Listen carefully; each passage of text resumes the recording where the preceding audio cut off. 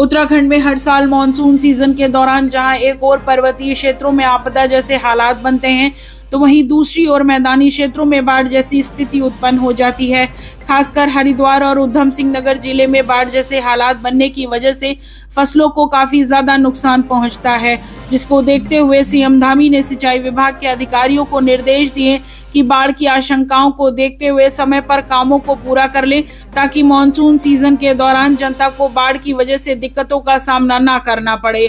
दरअसल शुक्रवार यानी 30 जनवरी को सचिवालय में सिंचाई परियोजना के तहत रिवन प्रोटेक्शन कार्य और डिसलेटिंग की प्रगति की समीक्षा की गई। इस समीक्षा के दौरान मुख्यमंत्री पुष्कर सिंह धामी ने अधिकारियों को निर्देश दिए कि मानसून सीजन के दौरान बाढ़ की आशंकाओं को देखते हुए सभी कामों को समय पर पूरा कर लिया जाए।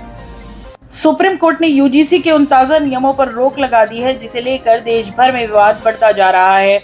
यूजीसी के नए नियमों को लेकर कोर्ट ने केंद्र सरकार और यूजीसी को नोटिस जारी किया है। सुप्रीम कोर्ट ने कहा कि नई व्यवस्था समाज को बांटने में सक्षम है और इसका दुरुपयोग हो सकता है।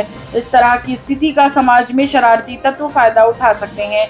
यूजीसी ने सभी हायर एजुकेशन इंस्टीट्यूशन को भेदभाव की शिकायतों के निपटारे और इक्विटी को बढ़ावा देने के लिए इक्विटी कमेटी बनाने के निर्देश दिए थे और इसके लिए 13 जनवरी को नए रेगुलेशन की अधिसूचना जारी की थी। अधिसूचना के बाद देश भर में इसका विरोध शुरू हो गया। इसके खिलाफ सुप्रीम कोर्ट में याचिका लगाई गई। इस पर सुनवाई करते हुए सुप्रीम कोर्ट ने कहा कि यूजीसी के नियम अस्पष्ट हैं, यानी इस समय 2012 वाले नियम ही जारी रहेंगे। यूजीसी के नए नियमों पर सुप्रीम कोर्ट ने रोक लगा दी है। कोर्ट के फैसले के बाद ब्राह्मण समाज के लोगों ने हरिद्वार के मालवीय घाट पर मां गंगा की पूजा अर्चना की। इस दौरान ब्राह्मण समाज के लोगों ने सुप्रीम कोर्ट के फैसले की सराहना की, साथ ही गंगा से सरकार की बुद्धि शुद्धि की भी कामना की। इतना ही नहीं, खून से पत्र लिखकर राष्ट्रपति से यूजीसी के नए नियमों पर प्रतिबंध लगाने की भी मांग की। इस दौरान निरंजनी अखाड़े के महामंडलेश्वर स्वामी वेदमूर्ति गिरी समेत ब्राह्मण समाज के कई लोग मौजूद रहे। सभी ने एकजुट होकर यूजीसी के नए नियमों को काला कानून बताया। सभी ने इसे लागू करने पर कमेटी के सदस्यों के पिंडदान की चेतावनी भी दी। आवास विभाग राज संपत्ति विभाग की जिम्मेदारी संभालने के बाद से ही सचिव डॉक्टर आर राजेश कुमार विभागीय कार्यों की लगातार समीक्षा कर रहे हैं। मुख्यमंत्री पुष्कर सिंह धामी के विजन को जमीन पर उतारने और सरकारी कार्य प्रणाली को अधिक सुदृढ़ बनाने के उद्देश्य से ही डॉक्टर राजेश कुमार ने आज सचिवालय परिसर स्थित निर्माणाधीन आधुनिक कार्यालय भवन के कार्यों की समीक्षा की। उत्तराखंड के बहुचर्चित अंकिता भंडारी हत्याकांड का मामला थमने का नाम नहीं ले रहा है। भले ही मामले में सीबीआई जांच की स्तुति हो गई हो, लेकिन अभी भी आंदोलन के स्वर गूंज रहे हैं। इसी कड़ी में आगामी 8 फरवरी को देहरादून के परेड ग्राउंड में महापंचायत प्रस्तावित है। खास बात यह है कि लोक गायक गढ़वाल रत्न नरेंद्र सिंह नेगी ने भी इस महापंचायत का समर्थन किया है। उन्होंने इसे न्याय की लड़ाई करार देते हुए लोगों से महापंचायत में आने की अपील की है। ड्रग्स फ्री देवभूमि के संकल्प को सख्ती से लागू करते हुए दून पुलिस ने अवैध शराब के कारोबार पर बड़ा प्रहार किया है। डोईवाला क्षेत्र में पुलिस ने चेकिंग के दौरान 7 लाख रुपए की अवैध शराब के साथ 3 तस्करों को गिरफ्तार कर बड़ी कामयाबी हासिल की है। दरअसल मुख्यमंत्री उत्तराखंड के ड्रग्स फ्री देवभूमि विजन को साकार करने के लिए वरिष्ठ पुलिस अधीक्षक देहरादून ने जिले के सभी थाना प्रभारियों को अपने अपने क्षेत्रों में अवैध शराब और नशे के नेटवर्क पर कड़ी कार्रवाई करने के निर्देश दिए हैं। इसी निर्देशों के क्रम में थाना डोईवाला पुलिस ने यह प्रभावी कार्रवाई की है।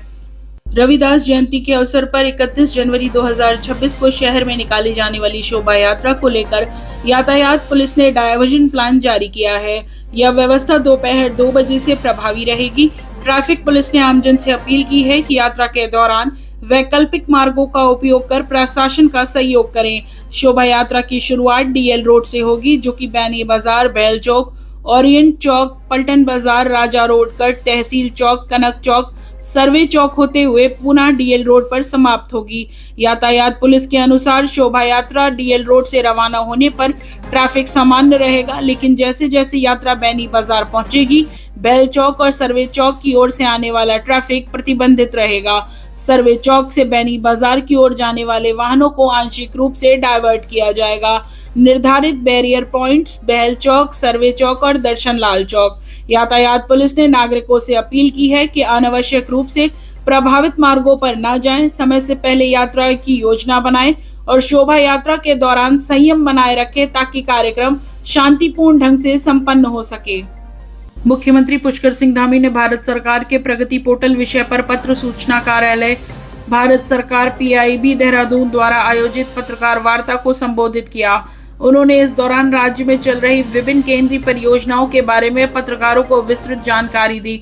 पत्रकार वार्ता के दौरान मुख्यमंत्री ने जानकारी दी कि परियोजनाएं, योजनाएं और जन शिकायतों की त्वरित समीक्षा समाधान के लिए पोर्टल प्रोएक्टिव और टाइमली इम्प्लीमेंटेशन प्रगति बनाया गया है।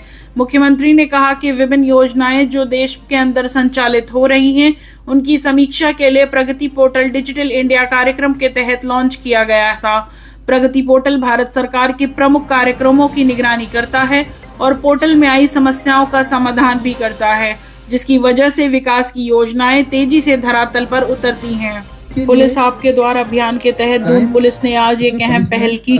वरिष्ठ पुलिस अधीक्षक देहरादून के निर्देशन में जनपद के अलग अलग थाना क्षेत्रों में छात्र छात्राओं के बीच जन जागरूकता कार्यक्रम आयोजित किए गए। 30 जनवरी 2026 को दून पुलिस की टीम सीधे स्कूलों तक पहुंची और बच्चों और व शिक्षकों को साइबर अपराध, महिला सुरक्षा और डिजिटल ठगी से बचाव के तरीके समझाए। कार्यक्रम के दौरान पुलिस ने छात्र छात्राओं को पुलिस की कार्य प्रणाली के बारे में जानकारी दी। साथ ही digital arrest, cyber stalking, Facebook व इंस्टाग्राम पर फर्जी ID बनाकर ब्लैकमेलिंग और फर्जी कॉल व संदिग्ध लिंक के जरिए होने वाली ठगी से सावधान रहने की अपील की। पुलिस ने साफ कहा, किसी भी अनजान कॉल पर अपनी जानकारी साझा ना करें, किसी संदिग्ध लिंक पर क्लिक ना करें और किसी भी साइबर अपराध की सूचना तुरंत पुलिस को दें। चिकित्सा शिक्षा विभाग शैक्षणिक सत्र 2026-27 में राजकीय मेडिकल कॉलेज रुद्रपुर व पिथौरागढ़ के संचालन को पूरी तरह से तैयार है। विभाग ने दोनों मेडिकल कॉलेज में MBBS की 100 सीटों की स्वीकृति के लिए नेशनल मेडिकल काउंसिल को प्रस्ताव भेज दिया है। नेशनल मेडिकल काउंसिल से स्वीकृति मिलने के उपरांत रुद्रपुर व पिथौरागढ़ में प्रदेश के युवाओं को मेडिकल की पढ़ाई का अवसर मिल सकेगा। साथ ही तराई, भांबर व सीमांत ग्रामीण क्षेत्रों में गुणवत्तापूर्ण स्वास्थ्य सुविधाएं सुलभ हो सकेंगी। अपने शहर और प्रदेश से जुड़ी तमाम खबरों के लिए देखते रहिए आनंद समीक्षा डिजिटल।